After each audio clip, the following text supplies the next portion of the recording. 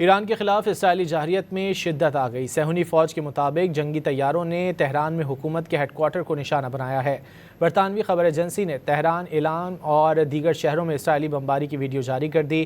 ایک ویڈیو میں شام کے وقت تہران کے مشرقی رہائشی علاقوں پر یکے بعد دیگرے کئی حملوں کے بعد دھواں اٹھتے دیکھا جا سکتا ہے، جبکہ آزادی ٹاور کے قریب بھی خوفناک فضائی حملہ کیا گیا، جس کے بعد زوردار دھماکے ہوئے اور دھوئیں کے گہرے بادل اٹھنے لگے۔ مغربی شہر ایلام میں بھی رہائشی عمارتوں کو وحشیانہ بمباری کر کے راکھ بنا دیا گیا۔ ایران کے خلاف اسرائیلی جارحیت میں شدت آ گئی۔ صہیونی فوج کے مطابق جنگی طیاروں نے تہران میں حکومت کے ہیڈ کوارٹر کو نشانہ بنایا ہے۔ برطانوی خبر ایجنسی نے تہران، ایلام اور دیگر شہروں میں اسرائیلی بمباری کی ویڈیو جاری کر دی۔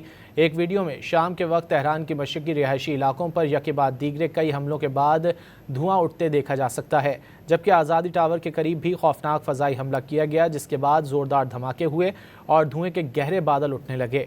مغربی شہر ایلام میں بھی رہائشی عمارتوں کو وحشیانہ بمباری کر کے راکھ بنا دیا گیا۔